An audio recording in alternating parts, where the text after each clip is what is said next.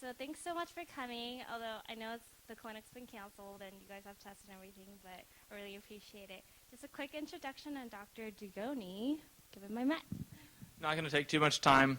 Dr. Dugoni is a great man to many thousands of people, and I'm sure you guys will all be feeling the same way here in a little bit. Dr. Dugoni graduated from the College of Physicians and Surgeons with his DDS, and did two specialties, served as the dean of the school for 28 years, president of the ADA. Most importantly, he's a wonderful family man, and I'm sure you guys all appreciate him being here.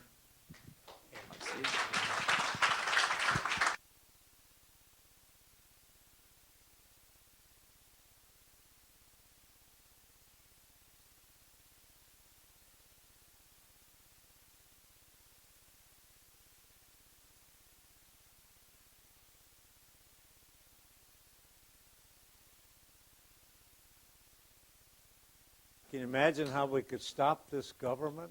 I think if we could put the Congress of the United States out, for a few days, this country might be better off. Anyway, let's see. Can you hear me in the back? And if I don't want to yell at you, and if you want to move up forward, I don't mind if you come forward. And I'm going to sit down because at 88 years of age and some of the medications I take, it's a little bit easier. So I apologize for that. And those of you that didn't get anything to eat, there's something to eat out there. And if you need to go out for seconds or you need to go to the bathroom, that's fine. And how many in here are from the class of 2016? Okay, great. Because I primarily wrote this for you. And I see that there's an assortment of staff people here who just wanted to make sure that if I need to be carried out, they could help me out. When electronics went down for the entire university, it reminded me of a time. And I was asked to, and it was a meeting of all of the educators in Europe, and I had made a presentation to them before. They have a fantastic arena to give a presentation. It's just gorgeous. It holds about 5,000 people. And when I was called, I was told, would you come and make a presentation for an entire day on 3 aspects of dentistry: research, education, and practice? And I said, well, that's a pretty broad scope, so I will bring 2 deans. So I spoke to colleagues and asked them if they would take sections, and I would. And for them coming, there would be no honorarium, but they'd get transportation, business class to Nice, France, in a couple of days at the hotel. They were okay with that. About 4, I got a call from the people who were putting on the program that there'd been a takeover of some corporate entities that meant they didn't have any money to support anyone coming to the meeting. So I called. They said upon that they wouldn't come.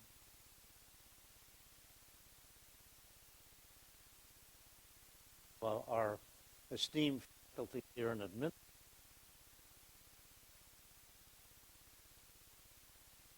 Eight to 14 carousels, each one with numerous slides.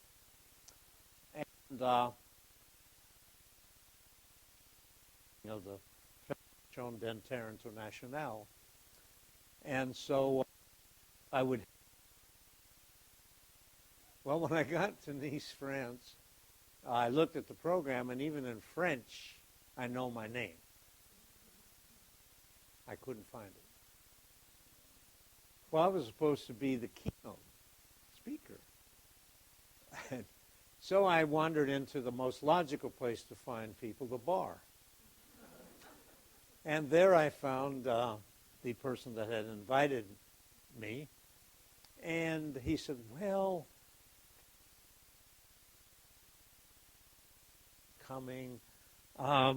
we've kind of reorganized things, and you have 30 minutes. Okay, that's fine.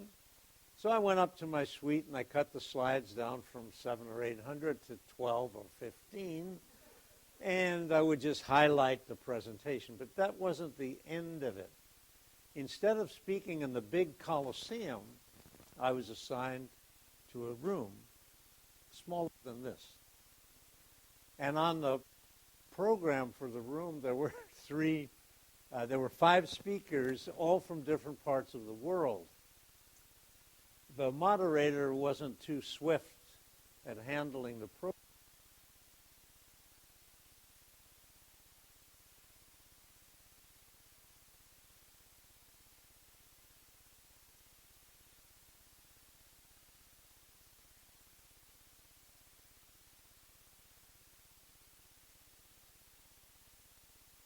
It's all not Americans. They had their headsets on, and the translation people were in the background. So I said, you know, you're all probably just here because you want to be courteous, so why don't we just all go to the bar? And I will have a seminar with just the 3 of you over a nice presentation. So anyway, it doesn't bother me that what we intended to be a full turnout hasn't turned out that way. But that's okay. And so good evening anyway. All of you that are here are very special people. And you're very special to this institution, to this great university, and to this fantastic dental school. For the students that are here, I want to congratulate you on your acceptance into the program. You were selected from something like 3,400 students. About 20 to 25 other individuals would die to be in your place. And so you are the best of the best. And I know you'll perform that way. I know that you'll deliver, and you came here to learn. And you came here to be the best doctor that you can possibly be. I want to thank the organizers for the opportunity to share some thoughts with you about ethics. I probably spent more time on developing this presentation and the difficult challenges that confront us when we think about ethics and professionalism, ethical behavior and character. It's not an easy topic to talk about. In many ways, it's really just trying to address, hey, what's right and what's wrong? And most of us know what's right and what's wrong. We've got a pretty good guide with something called the 10 Commandments. We've all heard them. We try to live them as best to our ability. So anyway, with that as a start, let's start. Some of this material I've stolen from lots of different people. Dave Chambers sitting up in the front room. Bruce Peltier sitting back there. Yeah, all the 10 Commandments, because you were there with Moses. and various other individuals. Those of you that are in the class of 2016, this is a very special place with lots of very special people. I suspect that's why you selected this school. You probably had 7, 8, 9, 10, 11 other opportunities, but you chose to come here. And what you will discover here in those individuals that are here in other classes, or staff and faculty and administrators that are here, have developed and worked to produce a very unique place. with a strong supporting environment. Far different than the day when I came into dental school and the dean said, "Gentlemen, no ladies are in the class. Look to your left, look to your right. Half of you won't be here on graduation." And 66 of us were in the room. 33 graduated. Right on target. Right on target. Also, you'll find that under Dr. Ferrillo, Dean Ferrillo, that there's a humanistic, caring model of education. It was actually not started by me. I get a lot of credit for it. It was started by Dr. Dale Reddig, who was the dean before me, who came here and was dean for 9 years. And he started the concept of treating people as equals at every level, of respecting and trusting people. So he started it. I had the opportunity for 28 years to build on that. You'll also witness a quality educational experience. You can get as much out of it as you want, or as little as you want. Hopefully you want to get everything you can out of it. And you'll find a school committed to excellence. How fortunate you are. So congratulations, especially the class of 2016. Welcome, doctors, to a profession. And we're going to talk a lot about that. Because, and what is a profession? And what does it mean to be a doctor? Well, first of all, your life will never be the same from this day on. Because you've committed yourself to serve others and to care for others. At this school, we work very hard to build people. What do we mean by that? You know, we say we build people, and along the way they happen to become doctors. Well, what we mean is that we build people who have integrity, people who have the commitment and character and dedication to live values that are essential as a doctor. As you go through dental school, one of the important building blocks, besides learning to do a veneer and a crown and a root canal and orthodontic treatment, etc., you're going to develop a passion for integrity. It's one of the greatest of values that you can develop. And all of you have lived a long enough life now, and you've had a lot of experiences. And when you deal with people with integrity, there's something very special. The words are bond. They'll die before they're not committed to what they have said they will do. And those people you cherish. And I hope you tell them how much you appreciate who they are. Well, if you look in the dictionary, ethics is defined as the discipline dealing with what is good and bad and with moral duty and obligations, or a set of moral principles. Let me tell you just a little story about how, all through life your integrity is going to get challenged. It's going to get challenged by the way you live. It's going to get challenged by the way you practice.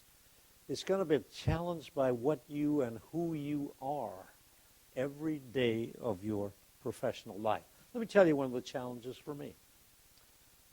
One day, from a foreign country, an individual of considerable wealth and stature in this country came to see me and wanted to have their son, there was an entourage, their son admitted to this dental school.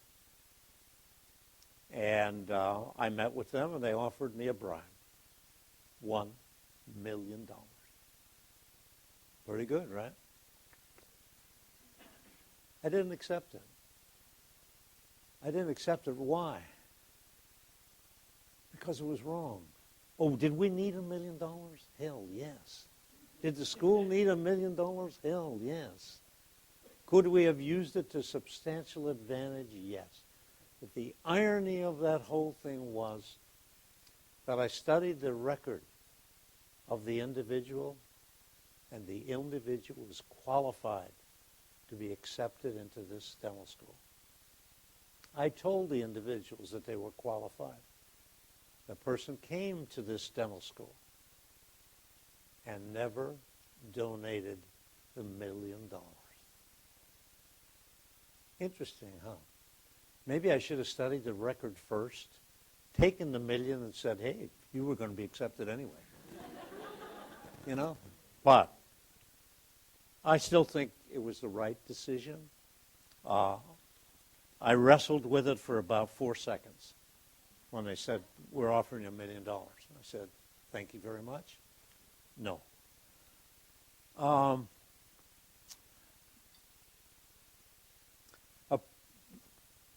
part of ethics governs the actions of organizations, and also it's a guiding philosophy and principles of a profession. And what is a profession? We're part of one of the professions. What is a professional person? Well, a person with a unique or special talent by education and training is usually a professional. In my review, however, a dental professional is characterized and defined by 3 very special qualities. One is competence. Education and training, yes. Continuing education for a lifetime, hopefully. We hope we prepare you, your mind, your will, and yes, your conscience, so that you'll want to educate yourself for the rest of your life.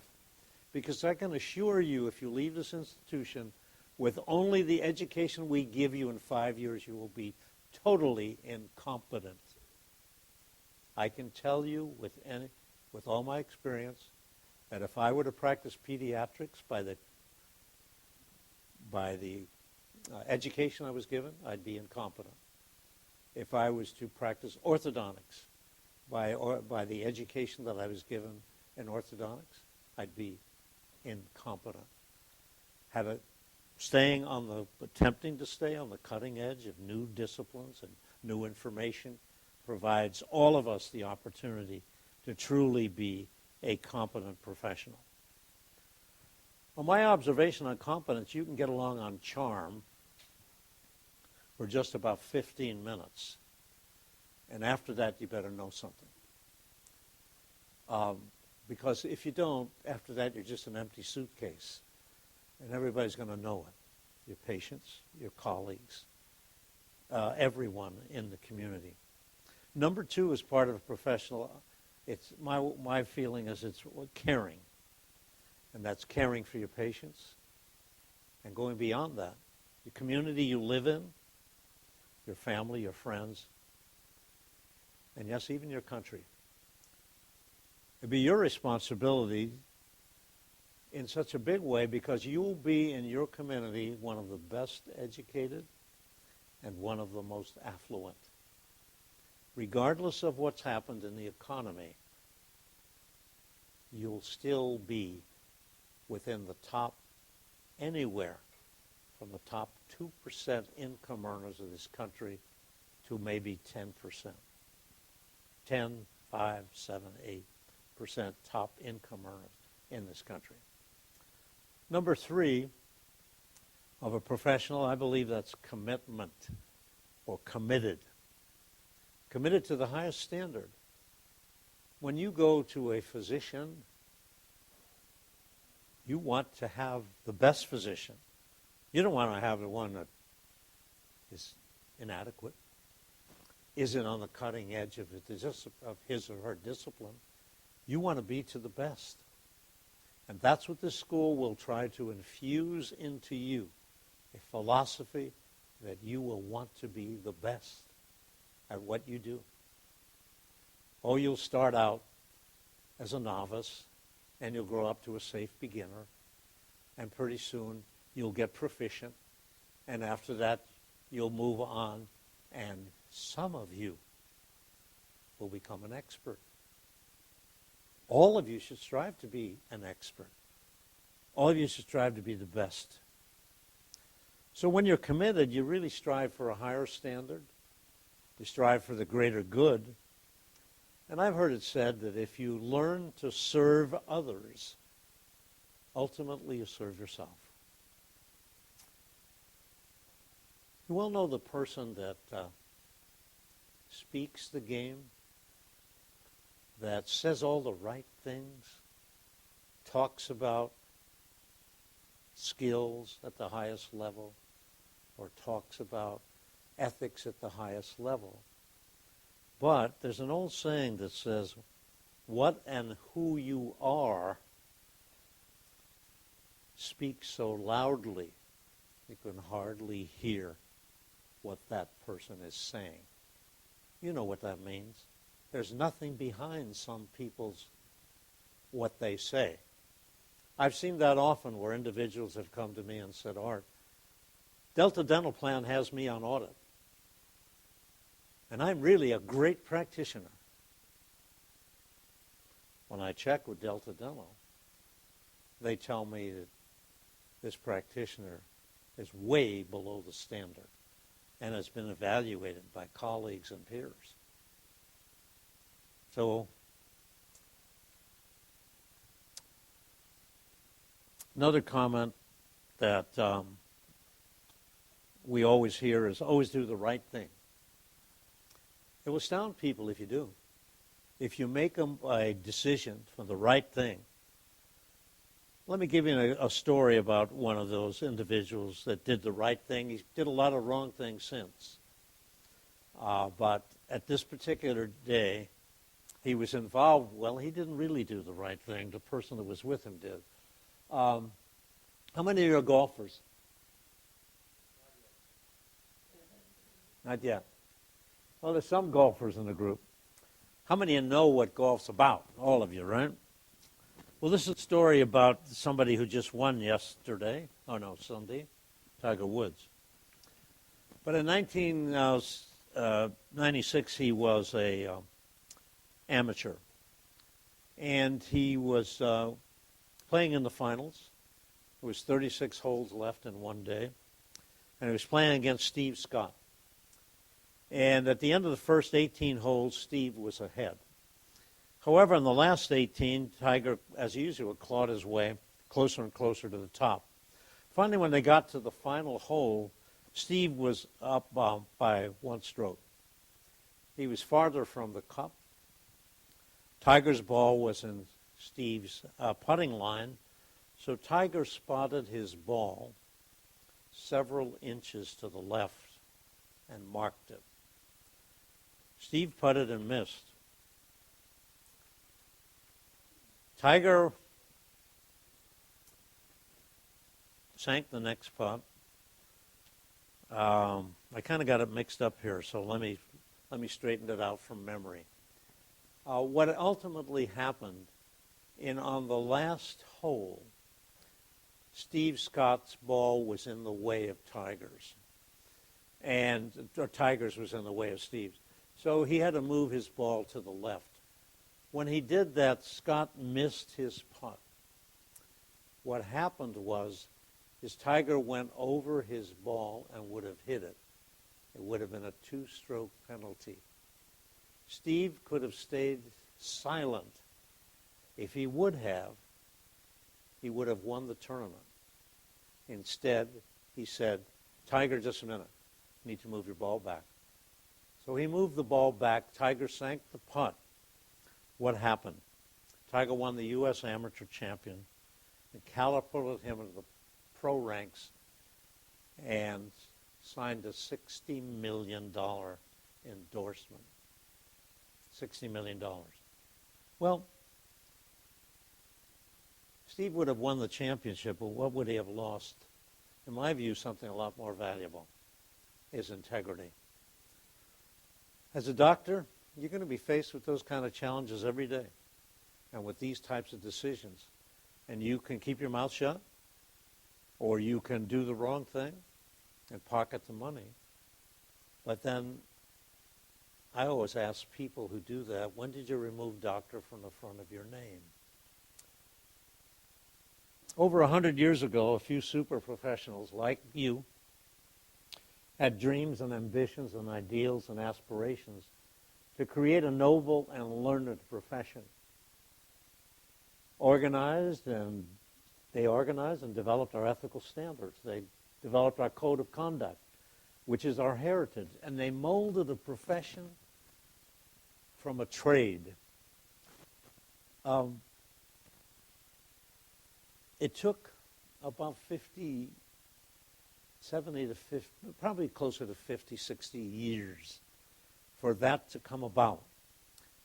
Now, there was a day when not only were we a trade, but even when we became a profession, there was a time we were not respected as equals.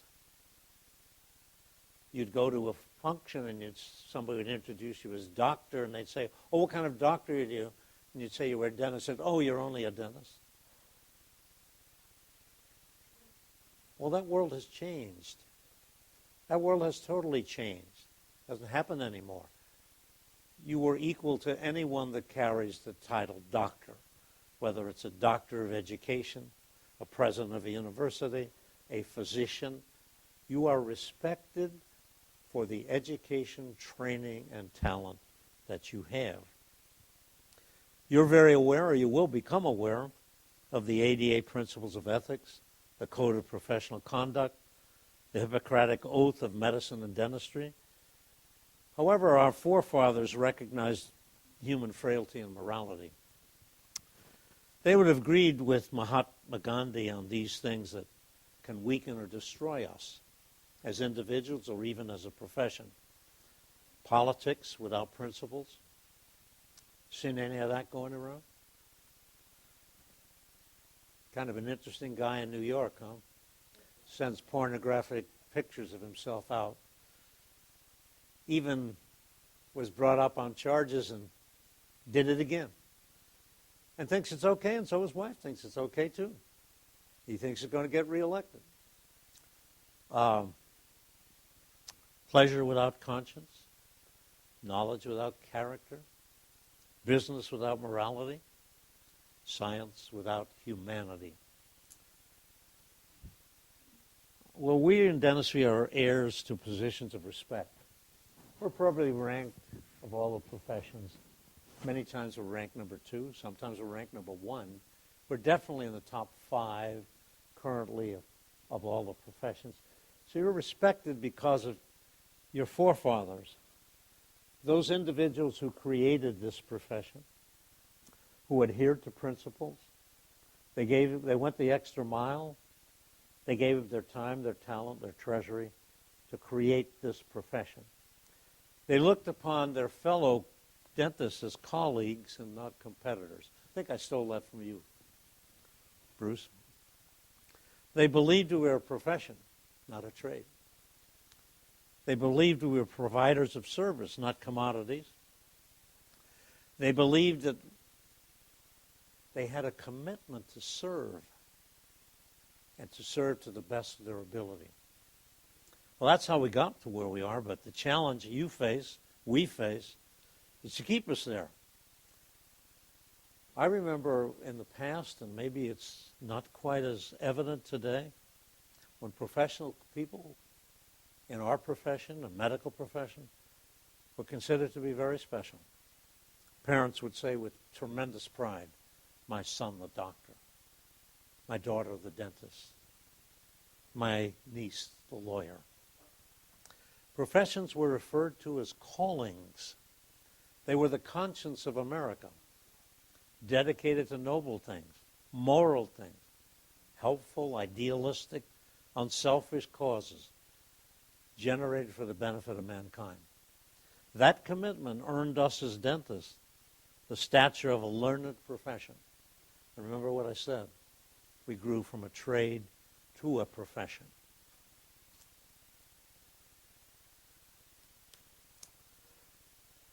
You're called doctor from the day you entered here. And you're filled with pride when you hear your name called as doctor, even through all your 3 years here. And even more so when that patient says to you, "Doctor, thank you. Thank you for my smile. Thank you for alleviating my pain. Thank you for what you did to make me able to chew and eat and be healthy." So what does the calling to be a doctor imply? In my mind, it implies the following. Number one, fairness. Power corrupts. Absolute power corrupts absolutely. We've all seen it. Powerful people sometimes forget the word fairness.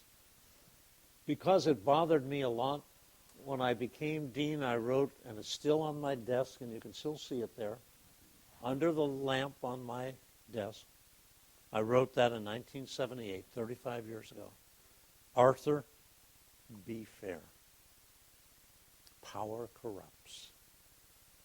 And every day, when I had a tough decision to make, a student that perhaps was guilty of cheating or some acts that were inappropriate professionally, I had to tell them that they were no longer welcome in our dental school. Or even those that perhaps worked very hard but just couldn't make it. Perhaps didn't have hand-eye coordination or the skills to make it. Or other people within the institution that might have been guilty of some transgressions that, and I always said to myself, I'm dealing with a human being. This is a person who made a mistake. I needed to reflect. I needed to look at that sign, and I did. And sometimes I didn't make that decision that day. I might have made it sometime later, or maybe some that were different than people expected. The other, what the doctor implies, is integrity. We talked about that. Honesty. Service above self-interest. Respect for the human dignity of everyone. Well, that's hard when you're a doctor and you have a lot of difficult things confronting you and a busy schedule, and perhaps some people that are less than nice, perhaps even obnoxious. And you have to breathe deeply and be respectful.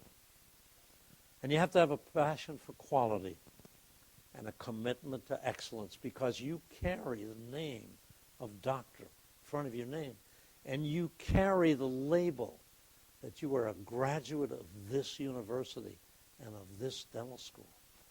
And those acts that reflect appropriately or positively reflect upon all of us. You know, we take a lot for granted. If I were to give you any advice, and I've been known to do it often, and tonight won't be any different, it will be the following. Number one, hold on to something bigger than yourself. Work with others towards common goals that benefit other people, that improves your profession, improves your city, your state, yes, your country. Always do more than your share. It'll astound people. Let me give you an example of something that's always troubled me, and I've fought for it for a long time. And that was licensure. Oh, I could have stepped aside and accepted licensure the way it existed. I didn't like it from day one. Oh, I passed the licensing examination, so it wasn't that I didn't pass. But I thought it demeaned our educational program. We are pretty darn good at what we do. And we evaluate you every day, multiple times over. And licensure was like Barry Bonds being evaluated on one time up at bat. And strikes out. Oh, you're no good. Oh, wait a minute. So I spent almost a 40-year career fighting licensure. I got a lot of slings and arrows for it. Dr. Chambers was along with me on many of those battles, and so was Dr. Christofferson here. And I think we've changed licensure greatly in just the last 10 years, where it's fairer, where it's carried on more efficiently and effectively, because you can be educated, you could have been educated from this institution and never been able to practice your profession based upon the fact that you didn't pass the licensing examination. So the models that have come forward and that have been tested and that are now available to you are part of What I'm not trying to say that I was something special. It was just a passion that I had and others had. I was not the only one. To take on a challenge that was the status quo. And believe me, it wasn't easy. We were called ugly names that we wanted to change the status quo of licensure. The other aspect that is important on these building blocks is we're as good as we police ourselves. Take pride in doing your job well. Knock their socks off when you do something. Do it better than anybody ever did it. Work hard to make your ideals and make them shape reality. Let me tell you a story about one of our student body presidents here, class of 1991. Right now, he's the chairman of one of your departments. He was a student.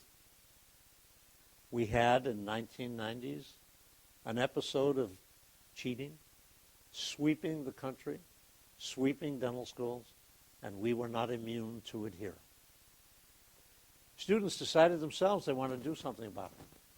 They felt it was inappropriate, it was not professional, that it was not, they didn't want people who cheated, lied, and stole to be part of their profession.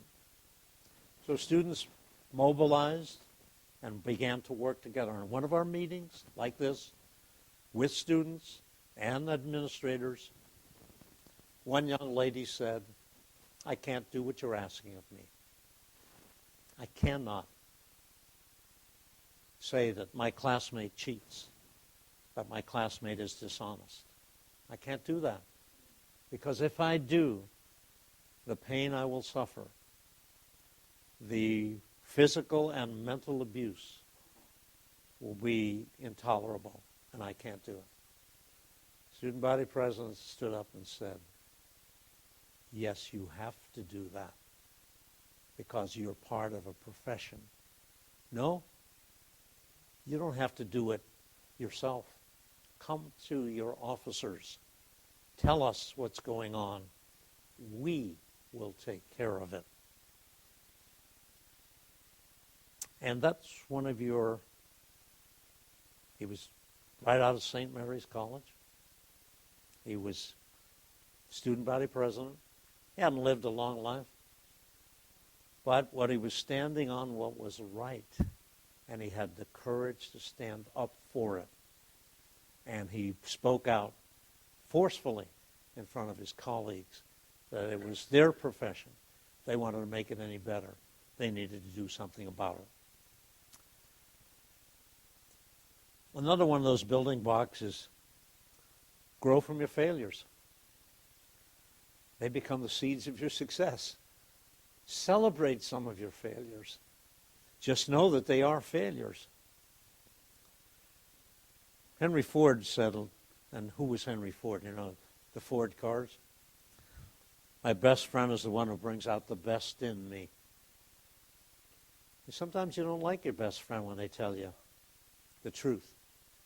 But they are your best friend because they have the courage to tell you what's right. Hey, Art, what you just did was inappropriate. You ought to go and apologize. You were arrogant and indifferent. You were wrong. Albert Einstein reminded us, as you live through life, try not to be such a success. Rather, try to become a person of value.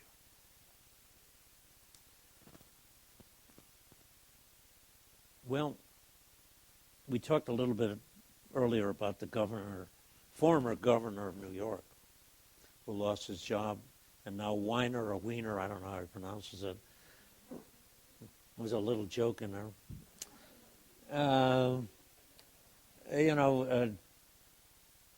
It's accept the truths. Politicians will philander. Prices will rise. You're going to live and get old. And then when you get old like me, you'll fantasize that when you were young, prices were reasonable, politicians were noble, children respected their elders, nobody cheated, And in my case, I was a great athlete. I tell that to my kids, my grandkids, my great-grandkids, and nobody to prove them different. Some years back, an actor who played on MASH, his name was Alan Alda. I don't know if any of you read his books. Some of you saw MASH. And now it's coming back again, and you see some of the reruns. But he's not a physician. He spoke at a class of medical students. And here's what he said to them. Be skilled, be learned, be aware of the dignity of your calling. But please don't ever lose sight of your own humanity. You're entering a special place in your society. People will defer to you. They'll call you by your title. It may be hard to remember that the word doctor is not actually your first name. I thought about that a lot when I heard Alan Alda say that. He wrote it in one of his books. And I started no longer saying when I introduced myself, hi, I'm Dr. Dugoni. I don't do that anymore. I say, hi, I'm Art Dugoni. And that became important to me. And you might want to think about that. Sometimes we're enamored with the word doctor. It's okay when other people call you that because you earned it. You don't have to call yourself that. Alan Alda continued with his presentation. He said, I ask of you, possess your skills, but don't be possessed by them. Put people first. Or you can read my x-rays, I'm quoting, like a telegram. But can you see my involuntary muscles? Can you see the fear and uncertainty in my face? Will you be the kind of doctor who cares more about the case than the person? Well, Alan Alda concluded his advice with this. There's one more thing you can learn about the body that only a non-doctor would tell you. And I hope you always remember this. And this is from your anatomy class. The head bone is connected to the heart bone. And I would add that the heart bone is connected to the soul. Doctors don't ever let them come apart. Close quotation marks. That's the art of medicine. Everybody comes to you, thinks you have the skill. You should have it. You got the education. But you have the art of medicine? The art of medicine is the caring part. It sometimes cures better than the skill. It's the art that says, you're important. You're important. I care about you. I'm going to work hard to make you better. I'm going to make hard to make you whole. I'm going to work hard, or whatever. Today in the paper and yesterday, there was a dirty dozen, right? You know what the dirty dozen are? Those 12 baseball players who take steroids? They just got all suspended. And A-Rod just got suspended for 214 days. A-Rod, who signed the contract about 10 years ago for over $280 million. But I guess it wasn't good enough. Just had to take some of those steroids to just be just a little bit better.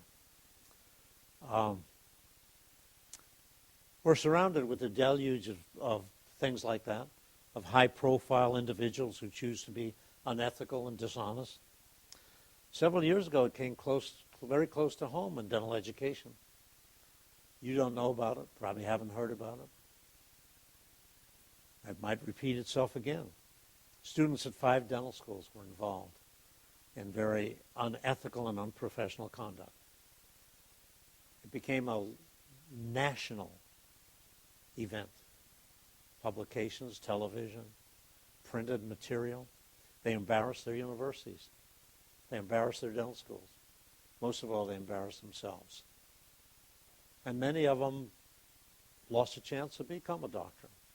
Some of them were given a second chance. You're also all aware of a lot of the studies that have been done regarding the challenges that confront all of us with regards to what's going on, especially in the area of cheating. Studies of high school students and how many of them admit to it. Studies at Duke University that found that 75% of students admitted to do some form of cheating. What was their excuse?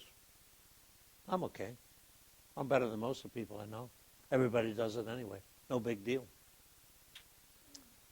Stanford did a study, found that 80% of their honors and advanced students cheated on some regular basis. These are the challenges we all face. Wow. What are some of the seeds that are cast upon the waters as we go through life that affect ethical and professional conduct? Let me give you a few, and you can think of a lot more. There was a coach at Notre Dame, filled out an application to get a job, put a master's degree, didn't have it, lost the job. I happened to see one dean of a dental school who put a PhD. I knew he didn't have it. Put a PhD after his name, he didn't have it. Another one, is it right when you come to a stop sign, four-way, the person on the right has the right of way? You're in a hurry. Got to get your clothes to the cleaners. You zoom through anyway? Are these some of the seeds from professional conduct? Okay to use a disabled sticker when you're not disabled, but someone in your family is, but you use it to get a parking place? Now somebody who's really disabled can't use it? Is it okay when you're in the grocery line down there? It says 15 items or less, you got 20, you get in line anyway. Is it okay to say a sick day when you're not really sick? Well, you're going to have a lot of staff working for you. I had one here working for me who was always sick on Mondays. Always sick on Mondays. I finally had a long talk about integrity and honesty. And I challenged that person to be ethical and responsible, or might not be here. How about a cell phone? Oh, we all know that people get killed. People get wiped out. They're riding bicycles and somebody's on their cell phone and wipes the family out. Happened over and over again. Okay to still use a cell phone when you're driving? Okay to text on it? I see it every day. And what are they flaunting? Flaunting the rules, flaunting the law. Oh, what the hell? They give me the Italian salute when I look at them. You know what the Italian salute is? It's a middle finger.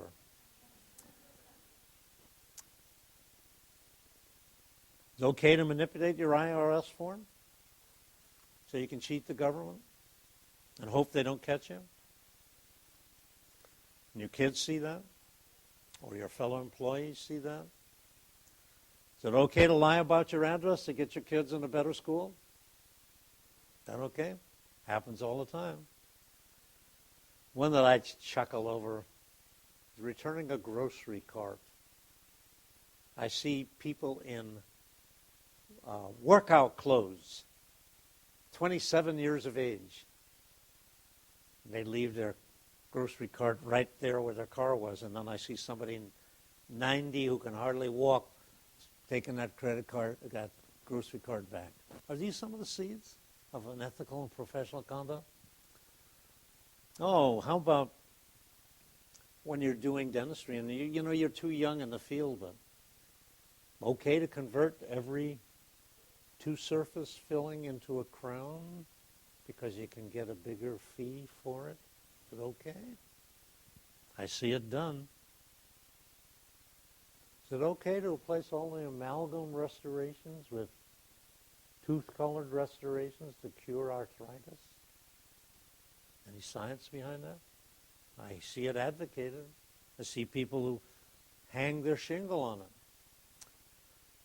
How about helping a colleague to obtain unearned education credits on continuing education? How about that, helping them to do that? They didn't learn anything from it.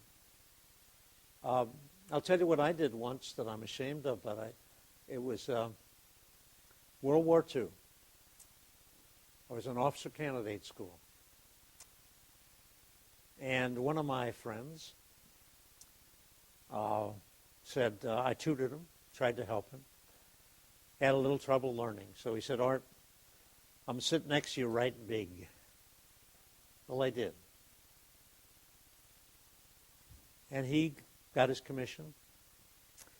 If he didn't get his commission and he went out to the Pacific and would have died, that was what I justified what I did was to let him, in effect, look at my work and copy. I did it. I did it with the circumstances of the time. Was it right? I don't know. I don't know. Are these the seeds that I've talked about for an educational, for an ethical and unprofessional conduct that surface later in the actions of young people? The word character gets used a lot. It comes from the Greek word, to mark or engrave.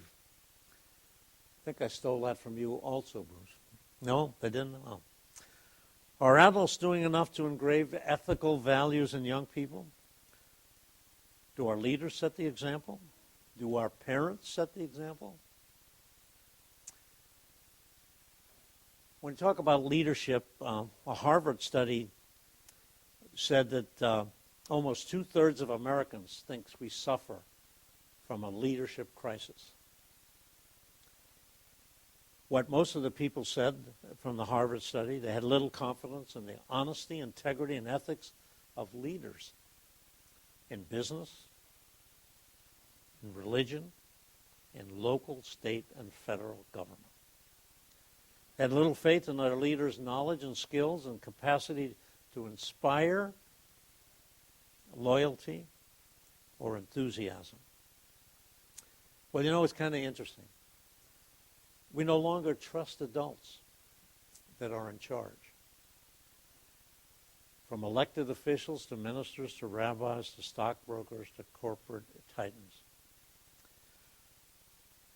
We've kind of developed a cynical perspective.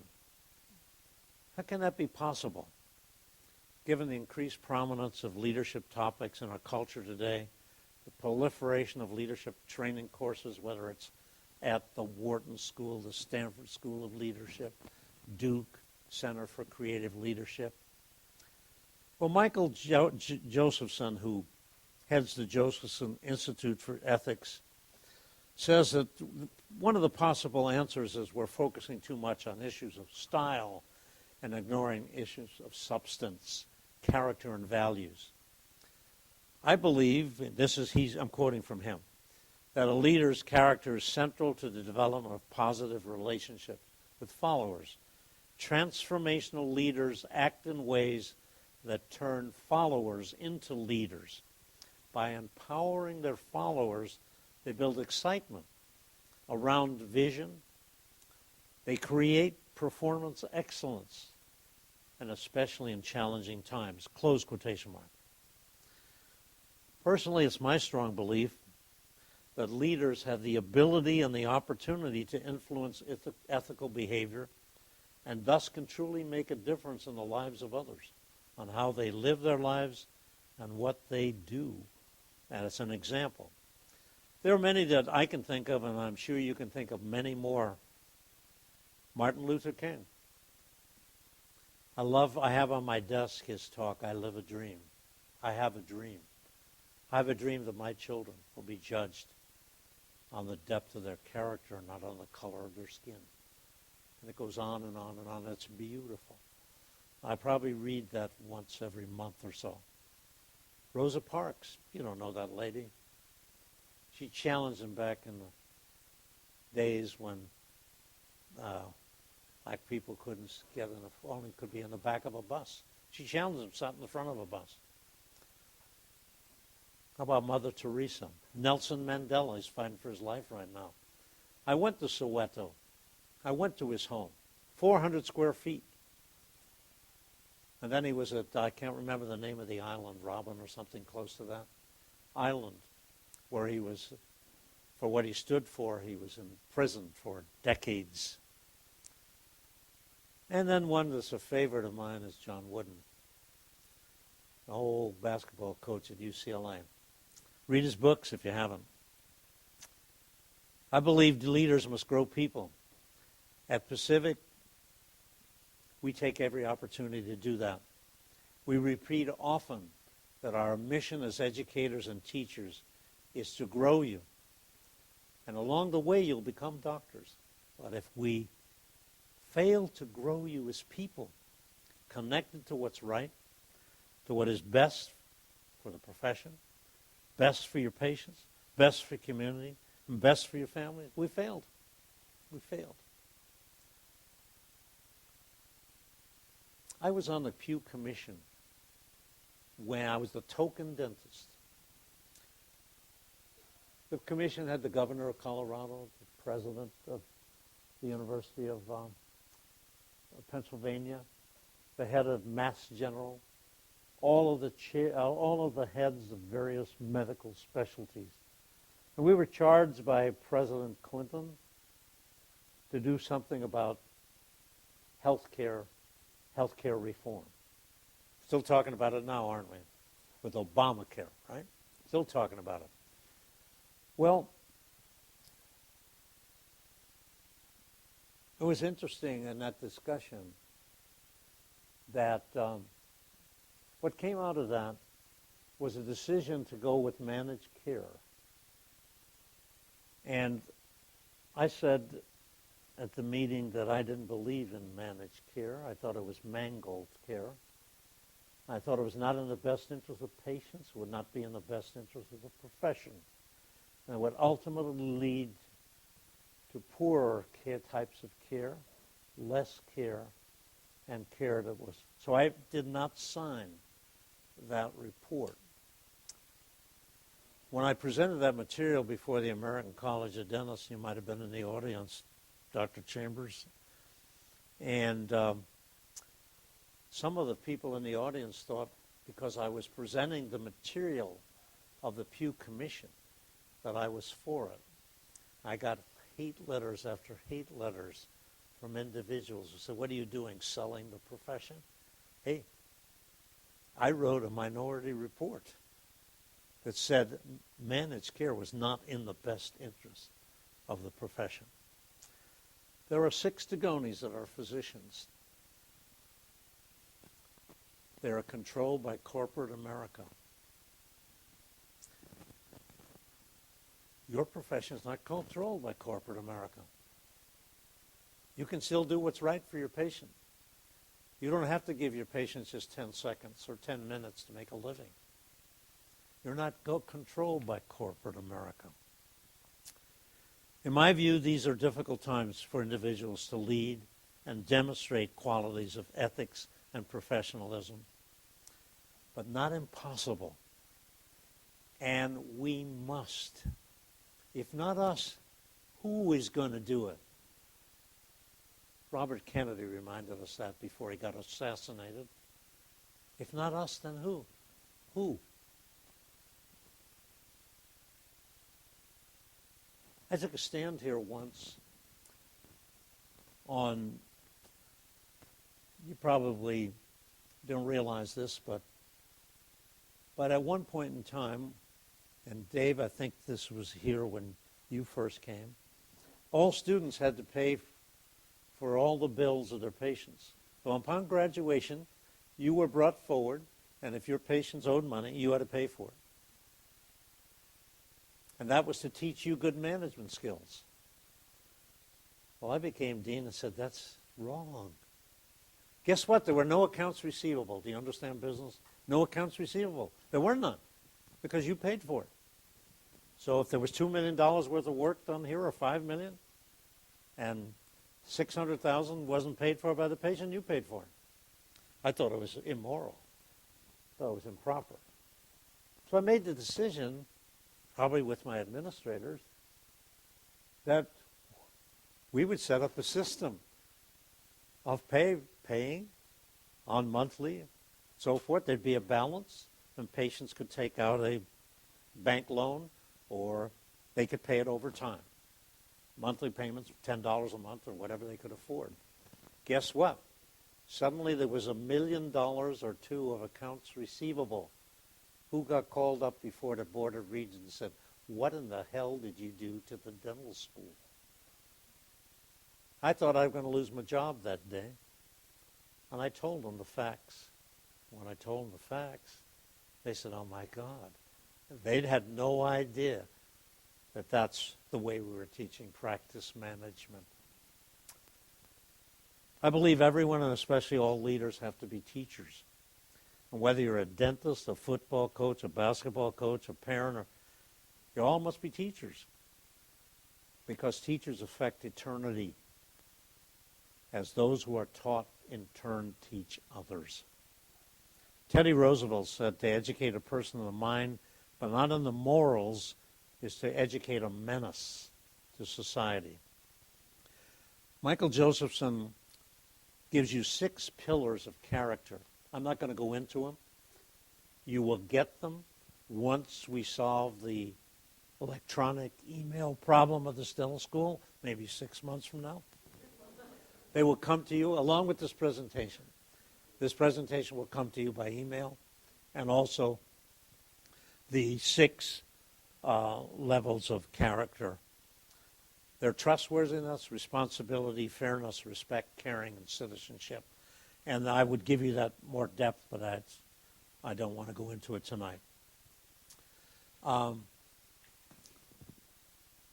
indebted to Dr. Peltier back there, because at one of my lectures, and I think he was here, I talked about the honor concept of the brigade of midshipmen, because I was a midshipman, and I became a naval officer. And so I quoted the power of character that's within the midshipmen. And it's lengthy. It's about 5 paragraphs or 6 paragraphs. And guess what? Dr. Peltier sent me, and hopefully it'll show up,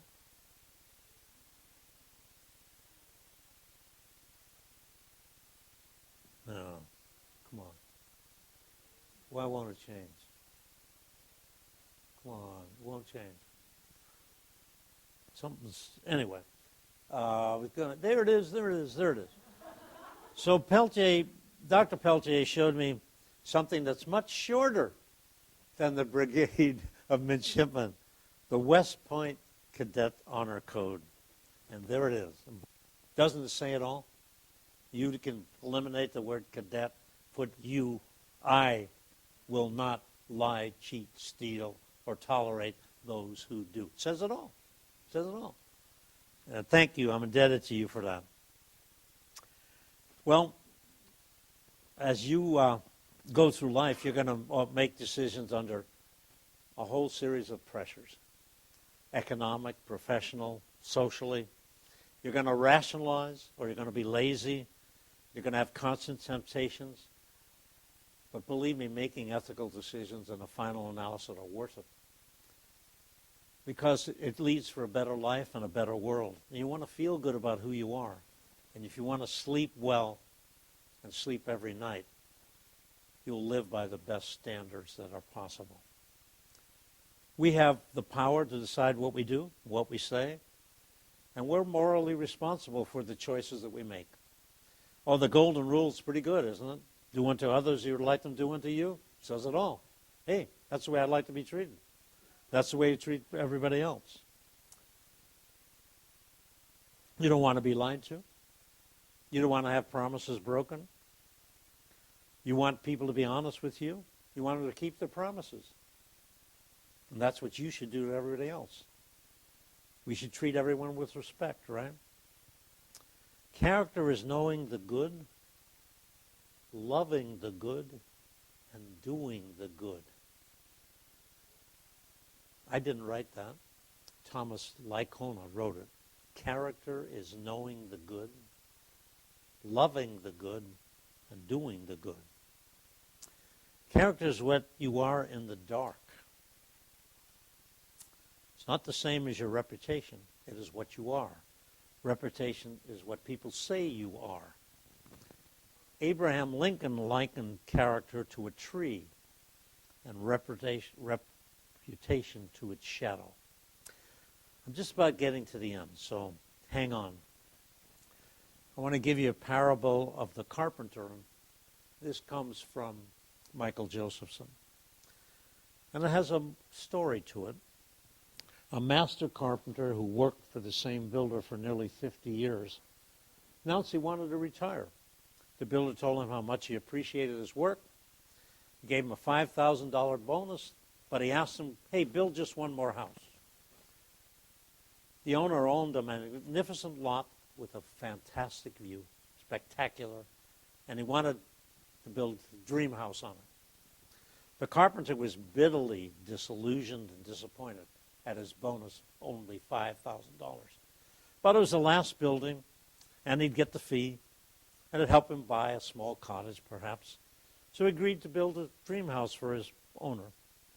The carpenter prided himself on his uncompromising commitment to quality, but his resentment was so strong that it caused him to cut corners, ignore details, accept shoddy workmanship from workers, and even look the other way when they substituted cheaper materials and pocketed the difference. When the house was finished, the builder shook the carpenter's hand. With a huge smile, he gave him an envelope with a thank you card and a folded piece of paper. The carpenter was disdainful and angry. He unfolded the paper and found the deed for him to the house he had just built. The carpenter was ashamed. He had misjudged his friend, betrayed his own values. He was remorseful. The house he would live in for the rest of his life was made so carelessly. So our character is kind of like a house. We live in it. It's built piece by piece by our daily choices. Deceit, irresponsibility, and disrespect are just like shoddy workmanship. Whatever we put in, less than our best, ignore our potential for excellence, we create a future full of leaky roofs, creaky floors, and crumbling foundations. Jefferson further states, no one's born with good character. It's not hereditary. Everyone, regardless of character, enters the world with the opportunity to become a person of exemplary character. Character is developed over time. We're born the potential for the good character. Whether we give in to or are overcome by the negative messages and influences we face often depends on whether our parents, our teachers, and our mentors and our friends have exposed us to their own good example and morally inspiring ideas. You well know that strong, dynamic, and passionate leaders are the keys to success in any endeavor. Why? Because leaders inspire you. They motivate you. They make sure the followers see what's possible. Not the impossible, but the possible. They show you the way to make a difference. Without a conscience, there's no credibility. Without credibility, there's no trust. Without trust, there's no future. It takes a lot of self-control to be respectful to people who are nasty and dishonorable or disrespectful. I read this once, I think it was Lily Tomlin who stated, the problem with the rat race we're in is sometimes that even if you win, you're still a rat. It's really unfair, isn't it, to judge a person by some small offenses, but many will.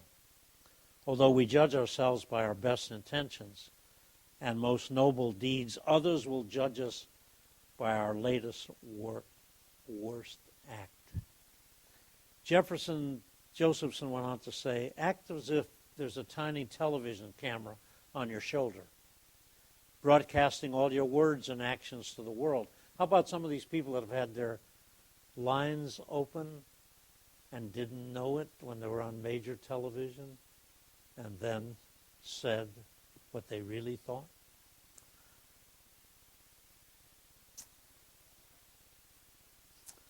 I'm going to move on to the end and skip some of this material. I've had the opportunity to see many transgressions with respect to ethical behavior, both as a general dentist, pediatric dentist, and an orthodontist. I tried to cross the line often to visit with my colleagues if I saw that they were practicing below the standard of care, or their decision-making was faulty, or their philosophy was at the end always justified the means that they were taking. I said to some of them after a considerable discussion, when did you decide to remove doctor from your name? When did you decide that? And one of the individuals I was talking to happened to be an orthodontist. And he said, Art, I'm not like you. I just try to do a little bit for everybody. I said, let me see if I understand that. When you have a need for a 5-vessel bypass, are you okay if the physician says, I give a little bit to everybody, so I'll only take the plaque out of 2 of the 5 vessels so I can treat more patients? He said to me, Art, I've never seen on a death certificate, died of a malocclusion. He sold his soul. He no longer had anything left, did he? I just walked away and I said, beyond notice. A lot of patients come to see me that are yours. I tell them to go back and see you. I write you a note and tell you what I've seen. Now I'm going to tell them to see their lawyer. Stop practicing within a year and a half.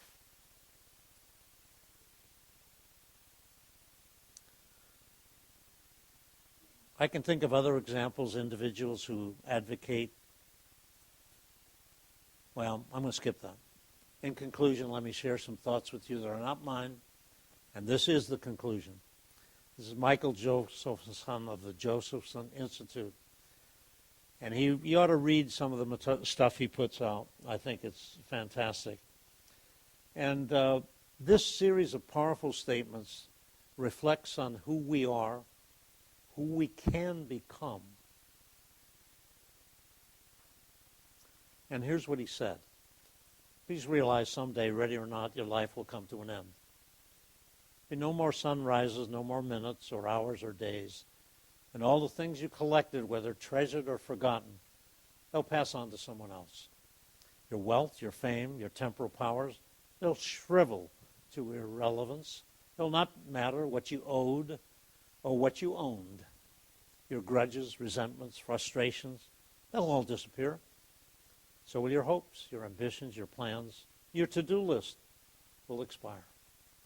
The wins and losses that once seemed so important will fade away. It will not matter where you came from, what side of the tracks you lived on, not matter whether you were beautiful or brilliant. Even your gender and your skin color will be irrelevant. What will matter? What will be the value? How will your life be measured? What will matter is not what you bought, but what you built. Not what you got, but what you gave. What will matter will not be your success, but your significance. What matters is not what you learned, but what you taught. What matters is every act of integrity, compassion, courage, or sacrifice that enriched, empowered, encouraged others to emulate. What matters is not your competence, oh, it's important, but your character.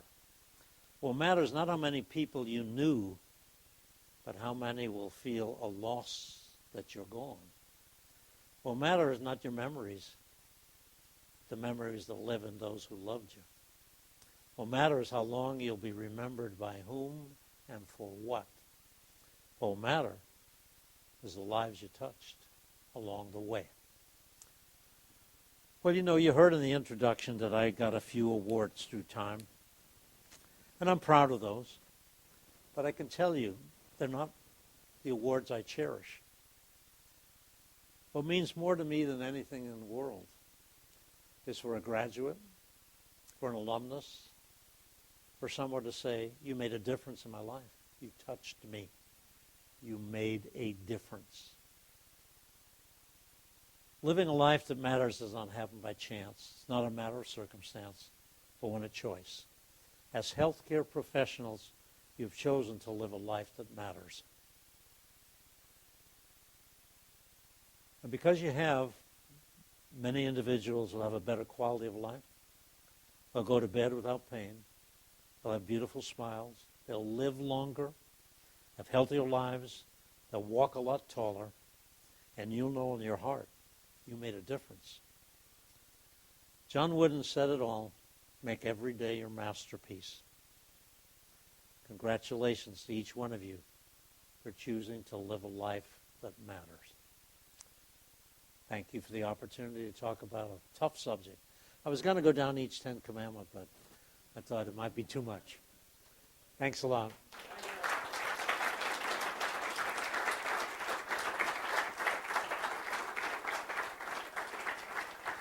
I got